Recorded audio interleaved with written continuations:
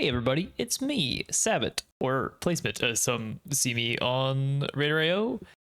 Just locked in my rank 1 Mage NA at the close of the season here, which is pretty cool. And rank 1 Fire Mage World, if we exclude one CN21 Result Buyer. And I'm here to give you a very feely craft pre-patched quick and dirty guide. My intention is not to take up much time at all. Disclaimer: there are no fire sims. The fire APL is still being worked on and is nowhere close to being done. So pre-patch right now, we're just kind of freeballing it. And the stuff here is going to be opinions I have discussed with other Fire Mage players or in the Mage Discord. It's just kind of here to summarize some of the key points and give you some quick takeaways. So up on screen here, I just have like my recommended raid SF talents. I'm going to have all 4 of these posted in the comments. I will pin some Wowhead talent builds that you guys can just import them. But I'd recommend just like playing around with moving stuff around, and let's just talk about the changes. So first off, let's just bring the little notepad over here. A lot has changed here in Midnight. The main thing is like our defensives have been pruned significantly. So images no longer gives you that 20% DR. It is purely a threat reduction mechanic.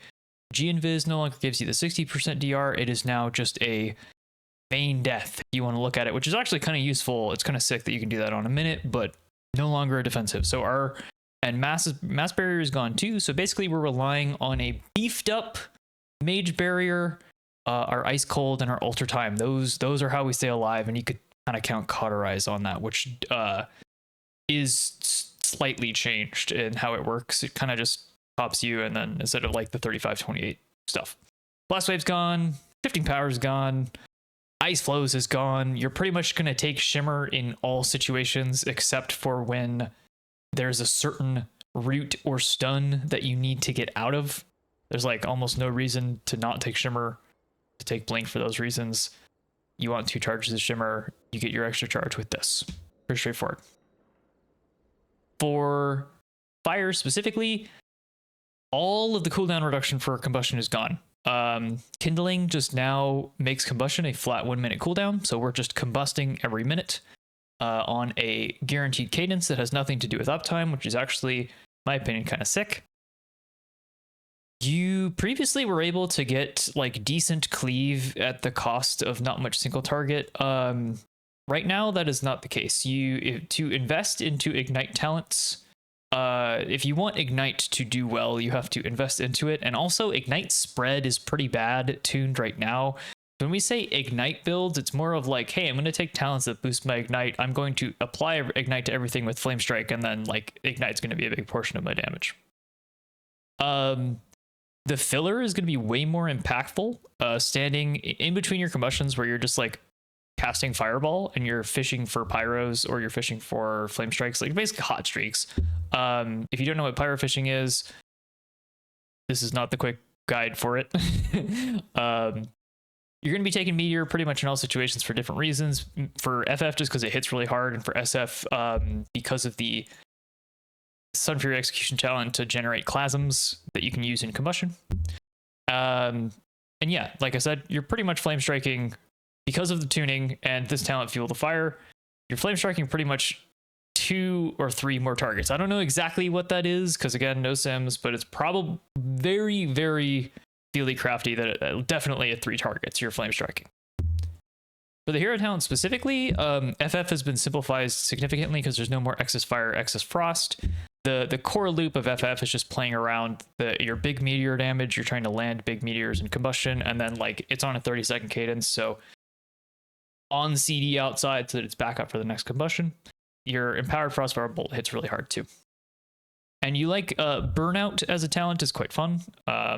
If you SF on the other hand, you're kind of playing around Pyroclasm, which is returned. If you're not sure what Pyroclasm is, it's hard casting Flame Striker Pyro does a big damage boost.